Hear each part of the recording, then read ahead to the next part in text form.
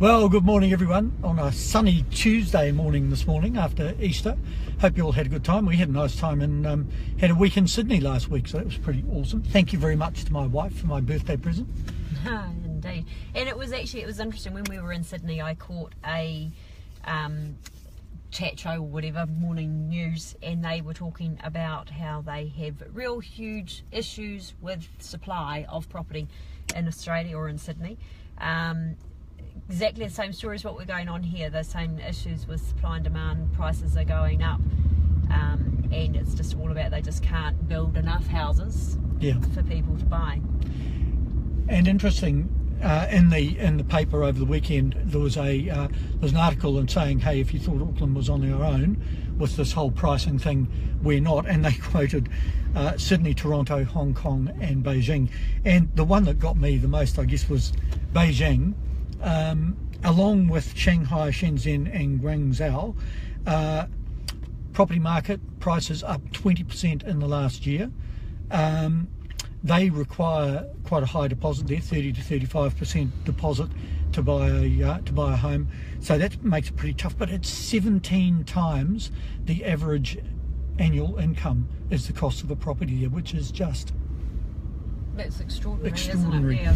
You know, so and then in Hong Kong, which is of course the most expensive property market in the world, they just announced that they've got a new development of 40 square metre apartments, and they are on the market at just a fraction under 2 million New Zealand dollars for 40 square metres. So I mean, really. And Toronto, they're trying to, a bit like here, you know, I think in Vancouver, was it?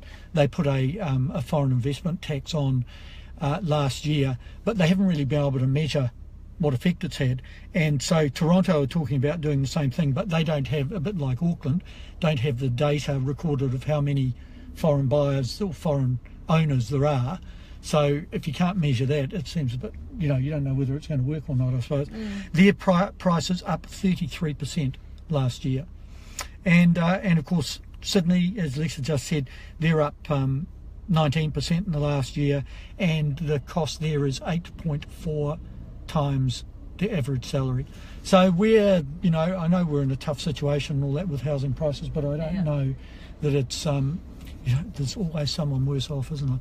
Well, I think it is. It just keeps coming back to supply, that same odd thing. And I think, interestingly, they were talking in this thing that I was watching in Sydney, same issues as here. You know, they're trying to free up, and I guess in Sydney we saw lots of medium-rise apartment buildings, so some really lovely apartment buildings.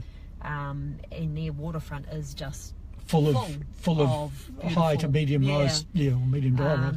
But they still have the same issues, you know, that whole, you know, not in my backyard kind of thing. They want to free up land, but not necessarily in the inner city suburbs.